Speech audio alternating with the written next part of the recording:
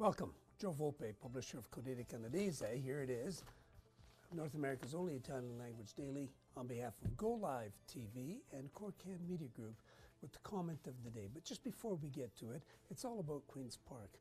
We have amongst our journalists a great editorial writer. His name was Eduardo Di Santo. He used to be an MPP at Queen's Park. There he is on the screen.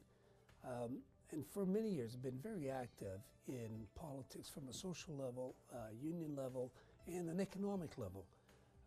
His writings are always bang on. You'll find a disclaimer in the newspaper, but he reflects what the newspaper is saying all along. So his comment, I'm going to have the pleasure of reading it, is all about the day's issues. And they are Doug Ford, full steam ahead to the past. Now, last Thursday, Doug Ford's government adjourned Ontario's Parliament until next February, leaving in its wake a trail of scandal that has highlighted the government's first 6 months, traditionally a honeymoon period. For Doug Ford, one to forget. Last Thursday, just prior to the adjournment, Ford introduced a bill titled Bill 66, an act to restore competitiveness in Ontario.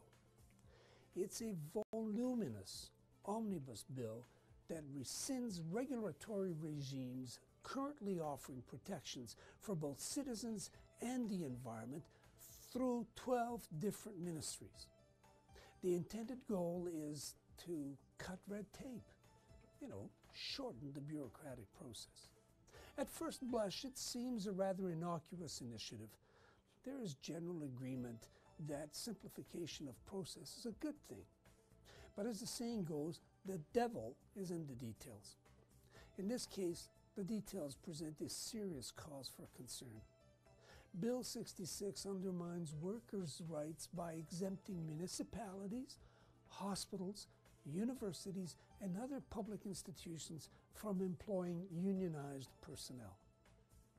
The government justifies this by saying that it is a fundamental step to job creation.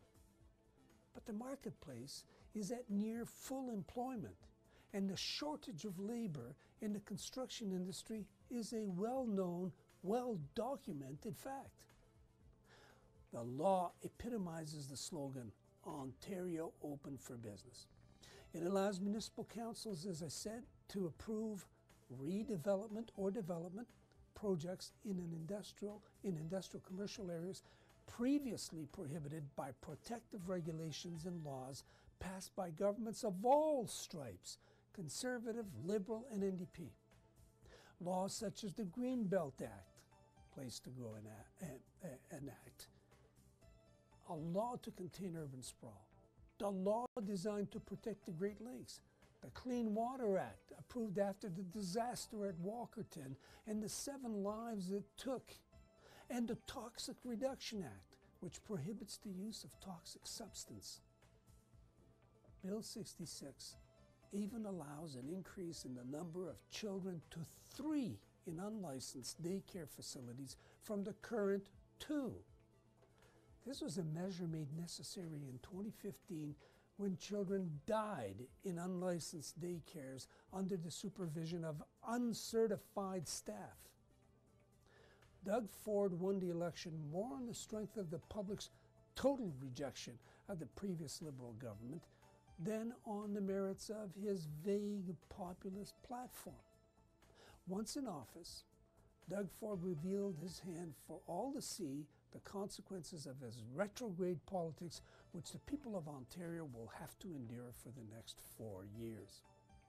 Now, during the campaign, Doug Ford trumpeted everywhere that his would be a government for the people, and that he would put money in their pockets. So far, however, the lucky ones were the predetermined few, like Ian Todd. He was an advisor to Doug Ford, sent off to Washington as a trade representative with an annual salary of $350,000. God bless him. But that's an increase of $75,000 over what the previous office holder was paid. Or even Ron Tavener, nominated OPP commissioner under a cloud of, now common, scandal. Until recently, he had been a police superintendent in Etobicoke, a personal family friend of the Ford, and assiduous attendee at the Ford Nation barbecue. His salary jumped to $276,000 from $182,922.90. Not so for the millions of people who, for minimum wage, one that had been raised gradually by the preceding Liberal government, it had been scheduled to rise again in 2019 from $14 an hour to $15 an hour.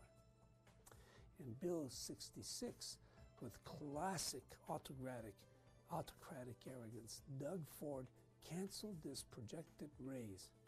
He says, to attract investments. No debate, no consultation.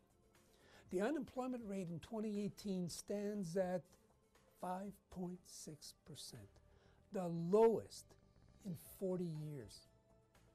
Ironically, while in the legislature at Queen's Park, Conservative MPPs rose on cue to applaud their boss whenever he rises to speak, the head of the Federal Parliamentary Budget Office, Yves Giroux, noted that even the modest increase in minimum wage has had a positive impact on the economy. Moreover, it has contributed significantly to the reduction of salary imbalances in Canada. Bill 66, under the pretext of creating savings,